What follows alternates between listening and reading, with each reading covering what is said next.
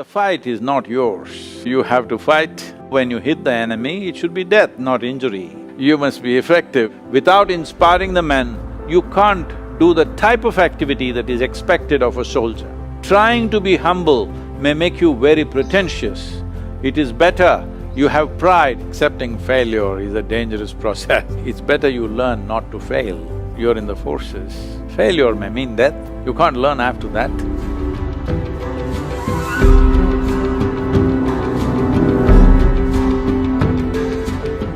Namaskaram to all of you. It's a great privilege and honor to be talking to the bravest men of Bharat. Namaskar, Sadhguru. On behalf of Air Vice Marshal Pawan Mohe, Vishesh Seva Medal, Commandant, College of Defence Management, I extend a very warm welcome to you for this interaction with officers and ladies of the College of Defence Management. It is indeed my honor to conduct this evening's session on the topic of engineering for combating adversities. Adverse circumstances and situations are an integral part of a life for a soldier and their families. As soldiers battle the enemy on our borders, our families hold the home front and encounter numerous challenges with utmost courage and perseverance. However, we've been born into an unpredictable and an imperfect world as finite human beings who have shortcomings, who make mistakes, face decision dilemmas, and carry our own set of worries. There is much to contend with, and our ability to handle adversities is limited. While our unabated inquest to seek answer continues, we are indeed proud and privileged to have amongst us honorable and respected Sadhguru, a yogi, a visionary humanitarian, and the most widely followed global spiritual leader. In 2017, Sadhguru was conferred the Padma Vibhushan, one of India's highest civilian award accorded for exceptional and distinguished service. Sadhguru bridges the gap between known and the unknown, enabling all to explore and experience the deepest dimensions of life, which give us an insight into the finite energy and delight that makes up the universe. Without any further delay, I would now address the first question to respected Sadhguru. Sadhguru, as per the karma theory, karma is accumulated impression of past activity, either of thought, emotion, or physical action. During operations, as a professional soldier, I am expected to obey the orders of my superior authority, as also resort to actions which may result in injury or death of another human being. Which karma account will have to enter this transaction? Mine, my superior military authority, further senior commanders, and the upward list could go on. Could you please throw some light on it? Namaskaram.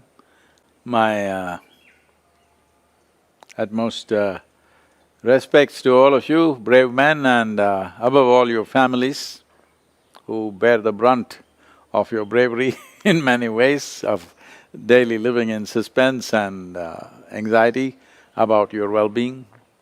So I bow down to all of you for this. See, when it comes to a fighting force, well, you did not start the fight. When you hit the enemy, you are not hitting for personal pleasure. You are fulfilling a larger purpose. This is important that we do not mix up philosophies of life which are manufactured in our heads with the realities of our existence. We are still not in that kind of a world, or we have failed to create that kind of a world. The failure is mine and people like me. Because we have failed to create a world where the world will embrace each other, everybody will embrace each other and live in love and joy, such a thing we have failed to create.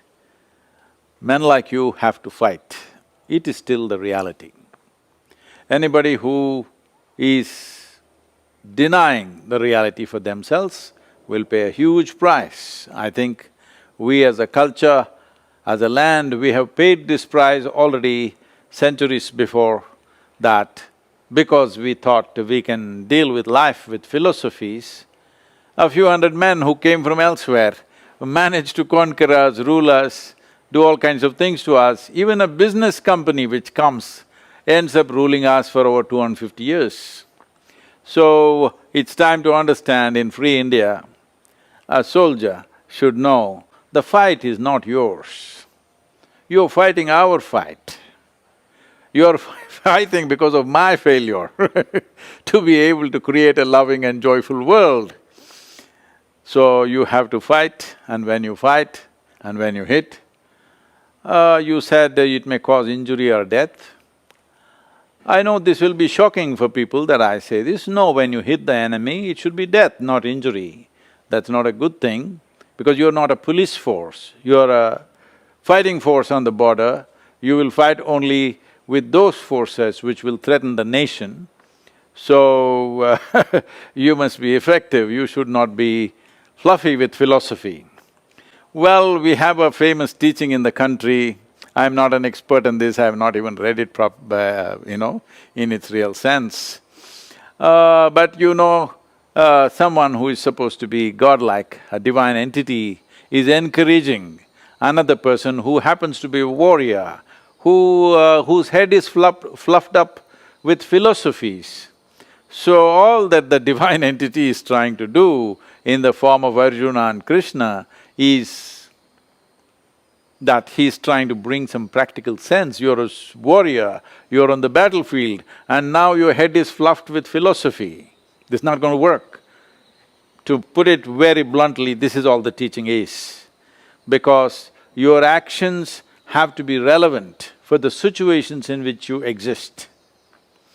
If you go into the battlefield and you don't hit the enemy the way you should, and you come back with your karmic stuff, your karma in a nice flowery way, this is very bad karma because nation's resources are being wasted and the possibility of what it could bring to the country is another thing. So it's very, very important that we need to understand there is an existential situation, there is a psychological and emotional situation, and there is a social situation. These are all not the same things. So, a fighting force handles a certain existential reality that still human beings have not come to this point where they can hold hands and live joyfully with each other. We've still not come there. Hope we get there. It's an ideal, but it is not something that we will see immediately. It is going to… I don't know how long we will take, but we should not give up the ideal, but till then, we have to manage the practical as it should be. The next question, Sadhguru. As we grow up in the armed forces, sometimes the circumstances around us compel us to take autocratic decisions. Over a period of time, these become rigid habits which some of us unknowingly display in form of arrogant behavior. While professional competence and ambition is necessary to climb up the ladder, one important quality of humility continues to be ignored as too many leaders think that they can't be humble and ambitious at the same time. Could you please highlight the importance of humility for any leader and how do we develop this essential skill? So, that means somebody is trying to be a commandant even at home with the family. I think by now you should have discovered it doesn't work. Well, this habit of giving orders should not become a habit. It is important. Once again, I stress, in a fighting force, which is not a normal kind of social situation where we can sit down and debate about everything. No, once a leader says something, others, whether it makes much sense to them or not, sometimes they just have to do it because there are moments in our life, there are situations when we are in intense activity where there is no room for debate. Debate should happen elsewhere. There cannot be a debate on the battlefield. Again, I'll go back to Kurukshetra, this is a debate on the battlefield. If you take up the Bhagavad Gita and read, I don't know how long it'll take to read that 18 chapters because I have not, but I believe it'll take at least 4 or 5 hours. So if you stand with your enemy army standing there and for 4-5 hours if you're debating, you know what is your fate. So that's exactly what Krishna is just trying to tell Arjuna, this is not a time to debate. So officers have to even if that is not their natural way, they have to be a certain level of command and force, otherwise those situations won't work. But if you try the same method everywhere, it won't work either. About humility, see what a leader needs is, he needs integrity first of all. Integrity means, in your thought and emotion, everything that you do is not about yourself, it is about the larger well-being. If this becomes your way, if this is your sense of integrity, integrity is not just a bunch of morals or values or ethics, integrity means that your intentions have become larger than personal. Your intentions are not about your well-being, it's always about larger well-being. As long as this is fixed and you have this integrity, you don't have to try to act like a humble pie, it's really not necessary. Integrity must be there, and above all, people will respect a leader because he has some insight. Because when you say a leader, in some way, either a society or an organization or a force like yours places you on a perch. If you sit on a perch, you must see something more than what others are seeing. If you sit on a perch and still don't see any better than those who are down there, then you will become an object of ridicule. So it's very important that an officer or a leader must develop insight. If there is no insight, if you don't see things clearly, then all that'll happen is ridicule, not really leadership. And another important aspect is, as a leader, it is not by words that you can inspire people. Inspiration is very, very needed, especially in a force like yours. Without inspiring the men, you can't do the type of activity that is expected of a soldier. If this inspiration has to happen, it's not just about inspiring words. Nobody's going to listen to those words. The important thing is you live in such a way that you burn with such intensity that people cannot help catching fire and be intense along with you.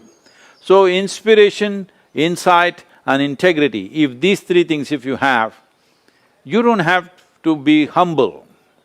What is humility? Let's understand this. Humility comes to you not because you pretend a certain kind of behavior. Trying to be humble may make you very pretentious. It is better you have pride in what you're doing. When you have pride in what you're doing, when you're very proud of what you do and how you do, then it takes care of you stepping on other people. And above all, if we understand our position on this planet. In this cosmos, this solar system is a tiny speck. In this tiny speck of a solar system, planet Earth is a micro speck. In that micro speck, India is another speck. In that super micro speck, your battalion is a super micro speck. In that, you are a big man, this is a lot of trouble. If you just understand, we are a speck of life. Nature has given us, creation has given us so many privileges of experiencing our life individually. But if you look at the life of the planet and who we are a small pop-up and we will pop out one way or the other. If we understand the context of the time that we occupy here as human beings, the space that we occupy here as human beings and who we are, well, we are just a tiny speck. If you are just conscious about this, there is no need for humility, you will be fine.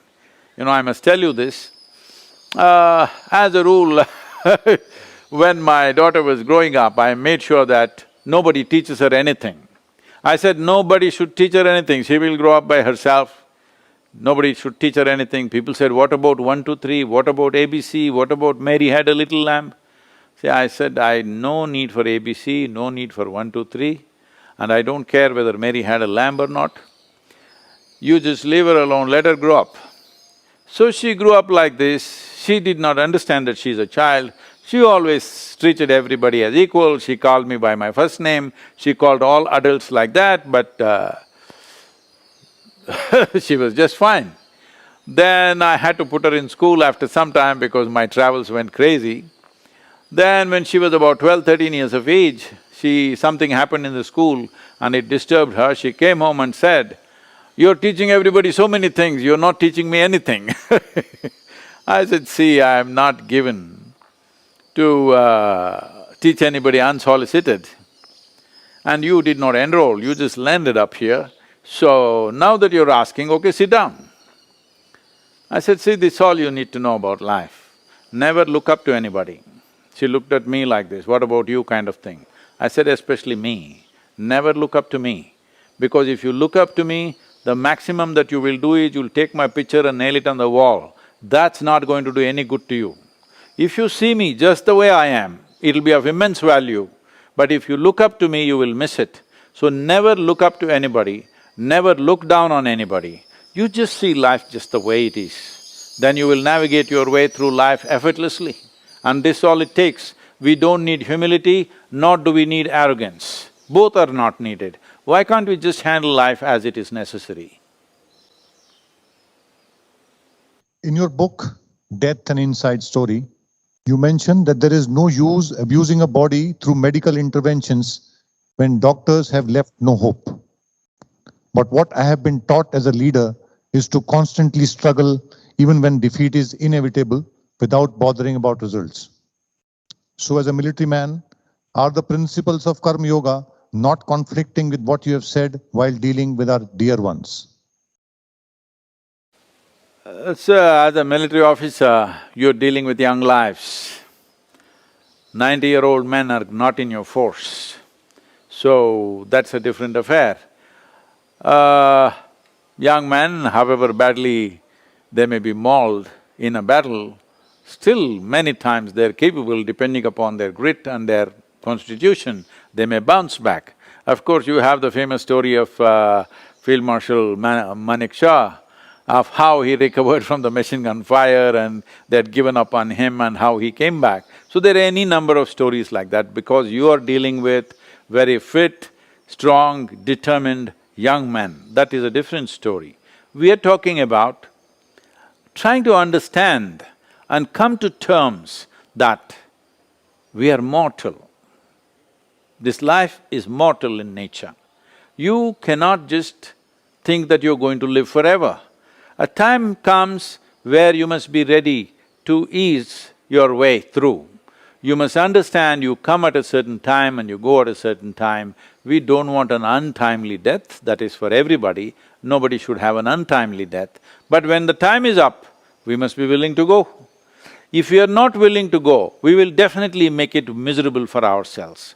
Or if our children or their children are not willing to let us go, that will also make it miserable. So it's extremely important that we should handle both life and death with a certain wisdom, understanding the context. We are not here for good, that is fixed.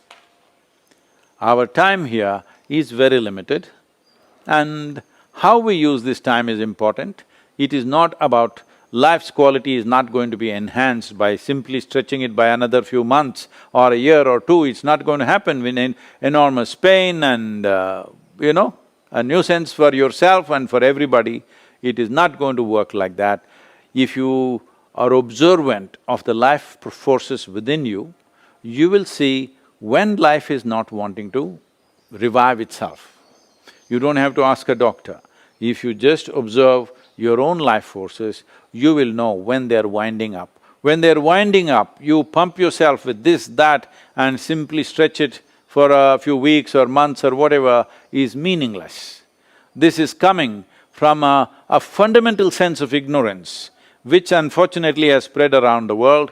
But in this country, always when people came to a certain sense that, life is winding up, they would simply sit in one place and go on water diet and slowly go quietly peacefully, not stuck up with so many tubes and needles. That's not the way to go. It's very important that we live well and we also die well. And not only die well, because death is the last act that we perform in our life. It's important we die in style. It's very, very important for I know this may sound morbid to people. There's nothing morbid about our mortality. That is a fundamental reality of our existence. Only if we are conscious of this reality will we plan and enact our life in as beautiful a manner as possible. Sometimes life puts you in a situation where you can't help being a certain way. Leave aside being right or wrong. The way I think and perceive is my way of doing things, but it may not be right for others. Who decides then what is the right way? And if there is one, what is the right way? See, people who think in terms of right and wrong are too absolutist about life. Life is not about absolutism. It is all one inside the other, in the sense creation and creator are wrapped into the same thing. Here we sit here, this very body has been created from within. So this piece of creation and the source of creation are mixed up. Or let me come to a more mundane example. Right now, if you look at it logically, see, this right and wrong is because we have a linear way of thinking, looking at everything in terms of cutting it to pieces and say, okay, this and this, black and white, A and B, like this. So right and wrong. Let's say man and woman, male and female. See, right now if I ask you a question, are you a man or a woman? Well, whichever one you are, you will say that. This is absolute. I'm a man, I'm a woman is very clear. But how did you come here? Because a man and woman came together, you're here. So just because you're a woman, does it mean to say your father has made no contribution for you? Or just because you're a man, does it mean to say your mothers have made no contribution for you? Well, you are a mix-up of man and woman. On the surface, you are just a man or just a woman, but deep down, you're both. Because how can you say that your mother or your father doesn't exist within you? They do. So, this what is right, what is wrong, people who think they are doing the right thing are always the cruelest and the most horrible people. Because a whole lot of people who think they are empowered by a divine authority, they have done the cruelest possible things in the world. So please do not think in terms of right and wrong. Our actions have to be appropriate to the situations in which we exist. What we did 1,000 years ago, thinking it's right, won't fit into today. You're right now seeing in Afghanistan, what they're doing right now might have been easily accepted 500 years ago or 1,000 years ago, though it's horrible any time, that's a different matter. But in today's world, it's horrific. Somehow the world is managing to look another way, that's a different thing. But it is not about right and wrong, it is about appropriateness of our existence in a given situation when we act. Any action we perform, we must know the consequence of this. My actions, will it bring well-being to myself and everybody around me? If this one thing, if you hold it within you, you don't have to worry about what is right and wrong. As long as your volition is inclusive, your intentions are inclusive, everybody's well-being is included in your intention, if you just fix this one thing, you don't worry about right and wrong. Do what is appropriate to a given situation. There is a there is a wonderful, like a parable kind of thing, how Vishnu handled this. So, he had two wives, one is Lakshmi, another is Alakshmi. Lakshmi means wealth and money, Alakshmi means poverty and lack of wealth. So, between them a competition arose and then they encountered him one day together and they asked, which one of us is more beautiful? So Vishnu looked at it, he knows whichever way it's trouble, whatever he says is going to be trouble. He looked at Lakshmi and said, See, when you are coming, you are most beautiful. To Alakshmi, he said, when you are going, you are extremely beautiful. This is appropriate action, not right and wrong.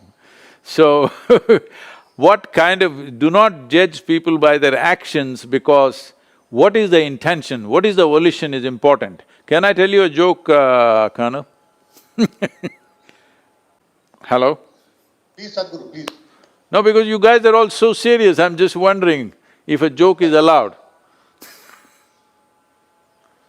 So it happened one day, Shankaran Pillai went to the post office and he had a huge heap of pink-colored envelopes and he bought a whole sheet of stamps and he was sticking the stamps on this pink envelope, spraying perfume and keeping it on one side to mail. The postmaster saw this and said, "Hey, what are you doing? What are all these letters?" He said, "It's the Valentine's message. I'm sending love messages to 1,000 people, 1,000 men in the locality with signed, guess who?" He said, "Why would you do such a thing?" He said, "I'm a divorce lawyer." So, it is not about the action, it's not about the pink envelope, lovely words and perfume. It is the intention which matters. So you fix the volition of your life that it's always inclusive. Whatever you do, you're always seeing how it includes everybody's well-being, then you don't worry about what is right and wrong, you just do what's appropriate.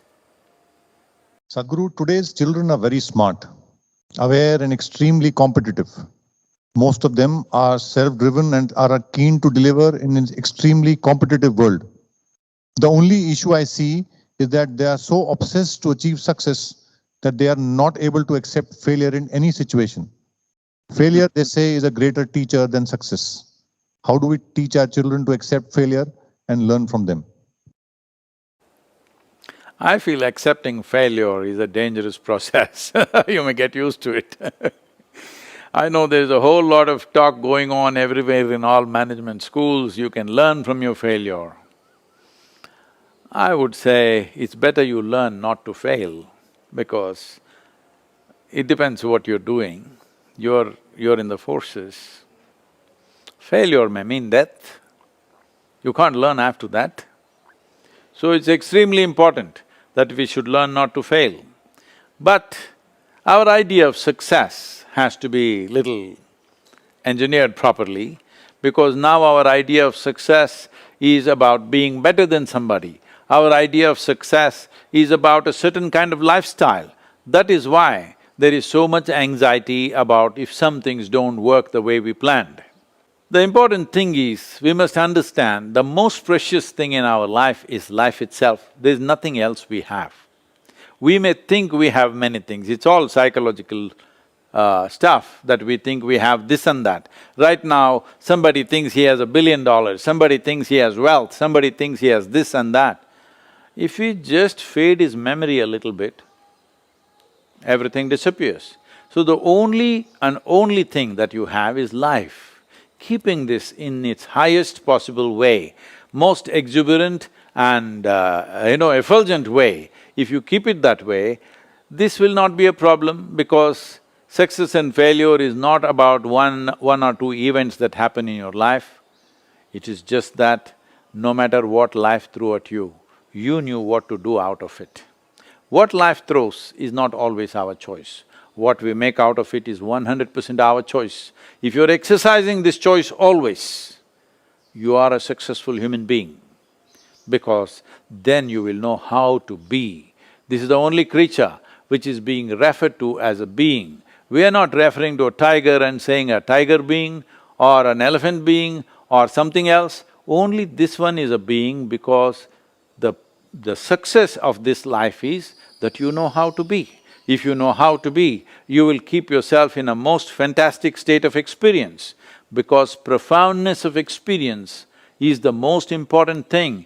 Right now, you may think your success will… whatever is your idea of success, maybe it is money, maybe it's a position, maybe it's an award, maybe it's something else, whatever is your idea of success, you think will bring profoundness of experience. Somebody thinks it's money, somebody thinks it's wealth, somebody thinks it's alcohol, somebody thinks it's a drug, somebody thinks it's love, somebody thinks it's knowledge, somebody thinks it's pleasure. But essentially, you're seeking profoundness of experience. Once you know how to sit here with a very profound experience of life, you are a successful human being. What we do in the world is according to the times in which we exist. This 21st century, we are doing a certain kind of activity. If you were here 3 centuries ago, we would be doing something else. If you were here 10 centuries ago, we'll be doing something totally different. So what we do is not all ours. It is a consequence of the times in which we exist. But successful human being means this, that you know how to be. When I face an adverse situation, whether at work or in a relationship, I realize that I am aware of what is right or should be done, but I am not able to do it. At the same time, I am aware of what is wrong, but cannot desist from doing it. How do I overcome this constant challenge, and how do I control my emotions and thoughts? See, whether you call somebody a lover or an enemy, both in war and love there is an opponent. How you deal with them is different, but there is a bit of you can call it a tango or a battle, but there is a certain dynamic. In both, you need some skill and some capability, otherwise it won't work. So, this aspect of life is being dragged into all kinds of things.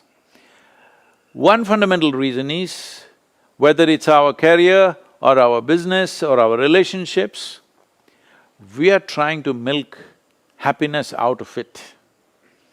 The moment you attempt this, you or those your loved ones will slowly turn into your enemies over a period of time, because that's how it works. We must understand, human experience essentially comes from within us. Whether it's pain or pleasure, it comes from within us. Joy and misery comes from within us.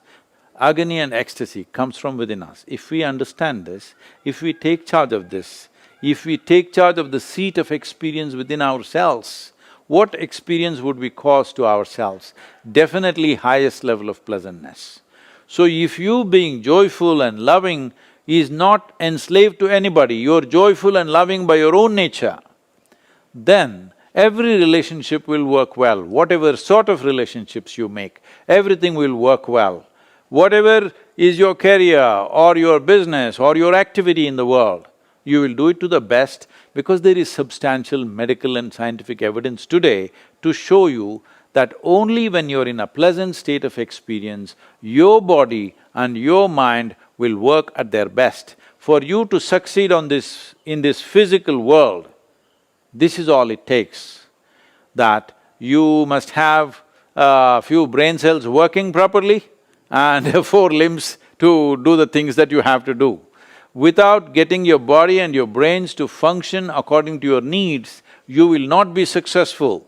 You will only be successful sometimes by default or by accident. That is not a good success, because that success creates anxiety. It's very important, your success is rooted in your competence, your success is figured out in your mind. If this has to happen, it's very, very important that you're in a pleasant state of experience. That is, there may be many problems and issues outside, but you are never the issue in your life. This one thing you must take care, especially because India's safety and well-being depends on you. You should never be the issue. I know there are many issues. For everybody there are, for you the issues are of a different nature, which could threaten life and it could mean life and death, but you should never be the issue. But right now the problem is, in most human beings' lives, their own thoughts, their own emotions are the greatest impediments that they are facing. If you just cross this one thing, you will see every human being will be able to perform to their fullest level, find expression to their fullest level. This is the whole science of inner engineering, how to make sure that you are not the problem in your life. Never ever, I am the problem in my life. There are various situations, We will do everything to the extent we can. What works, works, what doesn't work, does not work, but this one is never the problem. This is something every human being must do. This is our mission, to make sure human beings are not tripping on their own feet. Back to karma theory, Sadhguru. With the progress in medical sciences, the life expectancy of every individual is increasing, but the pain, diseases, and medical sufferings are also increasing day by day. Do we call this karma that we have to suffer in the human life? Why do some small infants suffer from such dreaded diseases? Or is it punishment of my past karma? Why should one stay on even after completing one's responsibilities, which usually ends when children find their jobs and settle down? Oh, don't do that, please. These days children find jobs by 18, 20. Well, first of all, karma is not a theory and it is not a punishment and reward system in the world. Karma is a self-recording process. Every experience that happens to you, every perception that you have, this system goes on recording so that a large part of your life need not be thought through every moment. A large part of it, which is motor functions and physical world, can be handled automatically. When I say automatically, see for example, you can walk.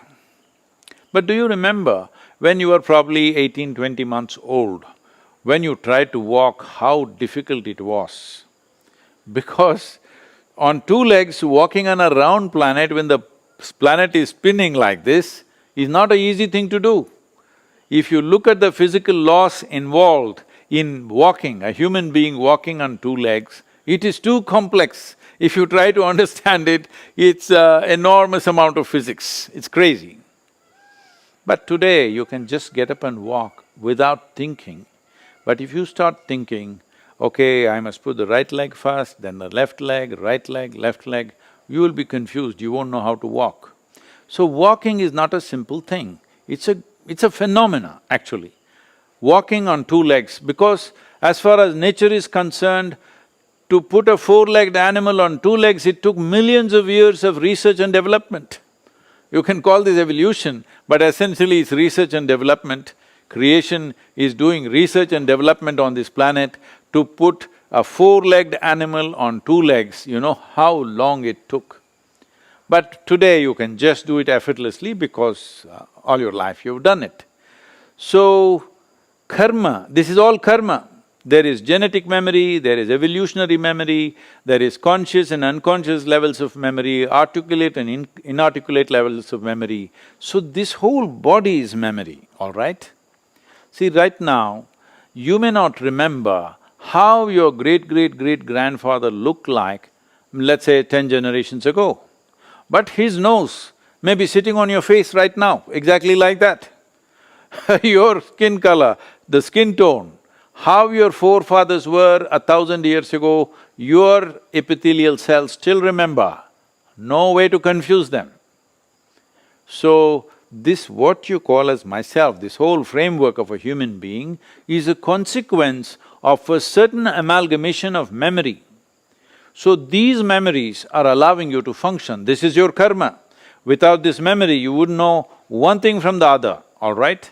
You just wouldn't know one thing from the other. So karma is not a concept, karma is not a punishment and reward system. It is just that you exist only because of your karma. But it is like you build a karmic stage upon which you're supposed to do your drama. But if your karmic stage is not firm, if it is like quicksands, now you try to dance on it, you will sink into it. This is all the problem is. Your karma is not conscious, it is simply happening in a compulsive and instinctive manner. This simply means your research and development that's gone into you, you're wasting. If you are any other creature, you functioning instinctively and compulsively was all right. Once you become human, you are supposed to function intelligently and consciously. For any human being, this is important in every aspect of life, but particularly for a soldier, it is super important because it's question of life and death, that you are conscious and you function intelligently. You don't do compulsive, reactive things, because then you will do what your enemy wants you to do. Very easily they can get you into a reaction. So this is extremely important for all aspects of life. Karma is not a problem. You exist because of your karma. You don't suffer because of your karma. You suffer because you react to the karma. Or you're reacting to your own karma, or you're reacting to somebody else's karma. It is in reaction that you suffer. See, there are only two kinds of suffering: physical suffering and mental suffering. As soldiers, you might have witnessed, even when there is grievous injuries, certain men don't suffer, they're still on. Not that there is no pain, there is enormous pain, because physical pain is one thing, multiplying that in your mind is called suffering. Physical pain is very important for our survival. If there was no physical pain, we wouldn't protect our body, we would rip it apart. So physical pain is an essential part of our survival process, but suffering is a psychological reaction to either physiological situation or social situations around us. So karma is not the problem, karma is vital for your existence. You are an individual only because of your karmic matter. Karma does not mean good and bad, it is just memory. It is things that have already happened. Is yesterday good or bad? There is no such thing because it's not alive. Only if it's alive and it can bite you, you can say it's good or bad. But what is dead and gone, if you react to it, even today it seems to bite you and hurt you, because what happened 10 years ago, people still suffer. What may happen day after tomorrow, they already suffer. So what happened 10 years ago is not alive right now. What may happen day after tomorrow cannot be alive right now because it's not happened. So you're essentially suffering that which does not exist. This is why karma is important. You understand your joy is also your karma, your misery is also your karma, your suffering is also your karma. Karma means you are doing it. Karma means action. When you say, my life is my karma, you are admitting, my life is my making. This is the most dynamic way to exist. This is the only culture on the planet who has looked life like this. A whole lot of cultures believe that their life is managed from somewhere above. But from up there, somebody is managing. But we are sitting on a round planet which is spinning all the time. You don't even know which is up and which is down. In this cosmos, is it somewhere marked this side up and this side down? There is no such thing. You do not even know what is up and down. How come you know who is up there or who is down there? So these are childish, soulish that you create in your mind. Karma is a very dynamic, adult way of looking at life. This is my making. Right now, I am joyful, this is my making. Right now, I am miserable, this is my making. Right now, I am the way I am, this is entirely my making. When you say, my life is my karma, you are saying, my life is entirely my making. This is the most dynamic way to exist. Do not make it fatalistic, it is nothing fatalistic about it, because if you see it's my making, you can fix it. If it is God's making, you cannot fix it. That's a big difference. Moving to greener pastures, Sadhguru, having read your thoughts about golf, can you share your Well, green is not a color, it's a destination. So, can you please share your inner engineering tips for combating adversities on the golf course? There are no adversities on the golf course because this is not an artillery thing. Nobody is trying to hit you with the ball. See, golf is a game unlike any other game because I played a lot of field hockey when I was young. There was only one ball. 20 of us are trying to grab that ball. And it's moving at high speeds and you have to grab it and take it, but everybody wants the same ball. When I started golf, when I was well over 50 years of age, I suddenly realized this is a great game, I have my own ball. And nobody's trying to grab it, and I have all the time to hit it, and it's a sitting ball. In every other game, ball is coming at you at various angles, velocities, spin, speed, all kinds of things. Here it is a sitting ball and everybody becomes quiet in respect for the goof-up that you may do. So, to hit a sitting ball, what is the big challenge, I thought. So I never took a lesson, I never been on a driving range. It's a sitting ball, I never take a practice swing in the entire 18 holes, but it's a sitting ball. If your faculties are okay, if you're reasonably geometrically well balanced when you stand, you can hit the ball. You may not become a pro, but reasonable level of golf, every reasonably fit man or woman can play. But unfortunately, they have a mental problem. In my understanding of the game, 70% of the game is in the mind. So I play only 70%. The other 30% I never bothered, because I don't want to be a professional or be in a competition or something. So I only play 70% of the golf. So I finish, 5, 6, 7 over. It's okay with me, I am not planning to go under, so it's okay. While we deal with difficult relationships where one cannot avoid the other person, be it the boss or your wife, more often than not, I feel out of control and the whole environment seems to be conniving against me. Can I deal with this situation on my own? Is it okay to blame somebody else? What do you suggest is the way to get back to life in a positive way? See, the best thing about this is, you're only facing one of them, either boss or the wife, never two of them together. So, you can oscillate, As a military man, you can escape the wife for some time and you can escape the boss for some time, unlike other jobs where every day they have to face. I'm sorry, I'm just joking like this Anyway, see, you can neither live without your wife nor your boss. Both are important in your life. You sought the career and you got into the job, you got a boss. You sought relationship, you got into marriage and you got a wife. So these are things that you aspired for. When things that you aspire for happen, then you suffer. This must be looked at. This is not about the wife, this is not about the boss. This is something to do with yourself, because human beings have gotten into this place, wherever you place them, they have found a way to suffer. Why are you guys so serious? Come on. So I think we are wearing masks, that's why probably… Oh, I'm not able to see you smile I'm sorry, but I thought I will hear some laughter at least, so let me tell you a joke. This happened. One day, Shankaran Pillai had a mega fight with his wife. Then in a fit of fury, he left the home and walked away in the evening. He loitered here and there just outside the town, he was moving around not knowing where to go, what to do. Going back home immediately was not palatable. Then he saw a sadhu, a sannyasi was settling down beneath the tree for the evening or the night. He looked at him and he seemed to be very well organized and absolutely no issues. Under the tree, he seems to be perfectly fine.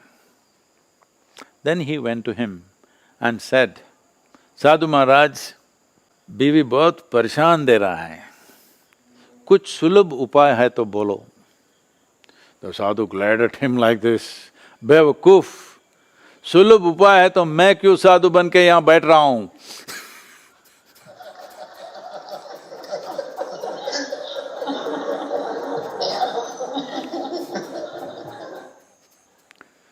So, see, we say this,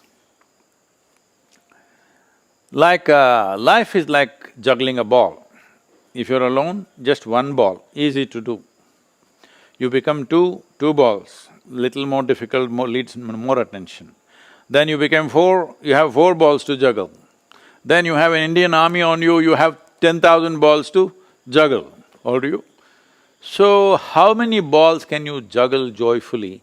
That's how many you should pick up. If you aspire or enhance your activity without enhancing yourself, activity will cause misery. So people, one top executive in the country of an international company, a global CEO, came to me some time ago and in a deep state of distress and said, Sadhguru, I can't take this, they're putting so much stress on me. I looked at him and said, okay then, may you be fired. He said, no, Sadhguru, what are you saying? I said, hey, you're suffering your job so much. I'm sure there are many people who are aspiring for your job. If you get fired, you can walk the beach happily. No, Sadhguru, don't do that to me. So if you're in the job, you'll suffer. You'll get fired if you suffer. If you're married, if you suffer. Married, if you suffer, you will suffer. If you're if you're not married, you suffer. What is the problem? The problem is this one. Not with the wife, not with the boss, not with the world. Whatever they may be, I'm not trying to defend them. They may be anything. But whether I suffer or don't suffer is essentially with me. As I said earlier, what the world throws at you is not your choice. What you make out of it is 100% your choice. This is what karma means. When I say my life is my karma, wife is somehow, boss is somehow, the world around you is somehow, all kinds of nuisance happening. But I keep this one the way I want. You may I know you face different kind of enemy, but we face all kinds of people every day. People that I've never met, that I do not know, they have they're spewing venom on me on daily basis. I don't know from where that venom comes, maybe it's just extra protein in their body, I don't know. But they go on endlessly, doing all kinds of things, putting all kinds of obstacles to everything that we do. Everything that we do is inclusive for larger well-being, but they don't like it. There are people campaigning right now against me today that tree planting is dangerous. Okay. Your existence itself is dangerous. So, what people do to you, what the world does to you, this is how it is. What do you want to do to yourself? That is in your hands. This is your karma. This is what it means by saying, my life is my karma, means the way I am is 100% mine, nobody. Nobody can decide how I will be right now. It's me who decides how I am right now. If you decide how you are right now, will you keep yourself blissful or miserable? If you can answer this one question, all of you. Sadhguru, how do you relate the concept of Shiva and yoga? Well, right now most people's understanding of Shiva is from the calendar images. These days I see particularly, I think it's both North India and South India, but I think it's more in the north. They are making Shiva look like a chubby, sweet-looking man, okay? No mustache, no beard, nothing, sweet-looking baby-like man. No, if you look at the stories, he is one of the most athletic gods that you can think of. And above all, wherever you see him, he is sitting in yogic postures, he is the yogi, he is a yogi and he is the first yogi. So the reason why we remember people for thousands of years is because of their contribution to us. See, we must understand, all of us are self-centered human beings. Right now, we will remember somebody with great affection, love or devotion simply because of the contributions they've made to our lives. Along with Shiva, many others might have lived on this planet, but who cares whether they existed or not? We don't think about them, it's only a few human beings that we revere because of the contributions he has made to us. What is his contribution, Adiyogi's contribution to us? Because he was a yogi and people had never seen one like that before, they called him Adiyogi or the first yogi. So what is his contribution? His contribution is he explored the mechanics of life like it has never been done before, nor has it been done after. 112 ways in which a human being can attain to the highest, ultimate level of liberation and well-being within oneself. 112 different ways of exploration. So these 112 ways were taught to the 7 yogis who are today being referred to as the Saptarishis, and also Devi Parvati. These were the 8 people who became beneficiaries of this knowledge. From there, it has come down with various distortions and various interpretations, but fundamentally the science of yoga. What the science of yoga means is, see, he is like over 15,000 years ago, but probably only now, for the first time, the world is getting ready for him. So Adiyogi is not of the past, he is of the future. Why I am saying this is, today you are here and many of you have children. You clearly know that with your children, unless you say something logically sensible, they are not willing to take it from you. Even if you happen to be a very loving, doting parent, still they don't take it from you. Is that so? Are you seeing this? Because for the first time in the history of humanity, the human intellect is more cultivated in maximum number of people than ever before. This is the first time that such a large percentage of humanity is beginning to think logically, otherwise it all went by belief. So only when people start thinking logically and looking at life logically, a scientific approach to human well-being is a possibility. Otherwise, the way we have handled our well-being is by looking up. So you look up and think something will come from there and make you well. When it doesn't work, people will say, don't worry, you will go to heaven and there everything will be well. Now you ask the youth, do they want to go to heaven? They don't want to go to heaven, it's a very sensible population. For the first time, we understand that this is the place to live, not another place, somewhere else. The idea that there is a better place to live elsewhere than this itself is a crime. This is the place to live. And how do you know, what proof do you have that this is not heaven? This is heaven, but you're messing it up. So a time has come when everything has to be logically correct. That means instead of handling our well-being through belief system, through philosophy, through ideology, through all kinds of cranky things, now we have come to a time where we want to address our well-being in a scientific manner with tools and technologies for well-being. This is what he gave over 15,000 years ago. But all these years, all we did was largely, not everybody, there has been a whole yogic culture in this country. It is only in the last 500 years it's kind of diminished. But except for a segment of the population, all others just worshipped him. He did not ask for worship. He did not behave in such a way that he demands worship. He is simply there, giving these tools for transformation. For those who used it, it worked. So a time has come where populations on the planet are more ready for a scientific approach to human well-being and using technologies for well-being. Time has come, so in many ways, Adiyogi or Shiva is not of the past, he is of the future, because it is not a philosophy, it is not an ideology, it's not a belief system, these are technologies for well-being. And this is definitely the way for the future generations, everywhere in the world. Though we would have wished this fascinating evening to continue, Sadhguru, we are cognitive of the time constraints. I now request Air Vice Marshal Pawan Mohe to kindly deliver the vote of thanks. Namaskaram, sir. It's a honor to be with you. I mean, you're a hugely decorated officer. Namaskaram to you. Namaskaram to you, sir. Respected Sadhguru, first of all, on behalf of the entire CDM fraternity, I wish to express my profound gratitude to Sadhguru for taking time out to speak to us. It's indeed a rare honor and a proud privilege. I have hosted you this evening, though in the virtual mode.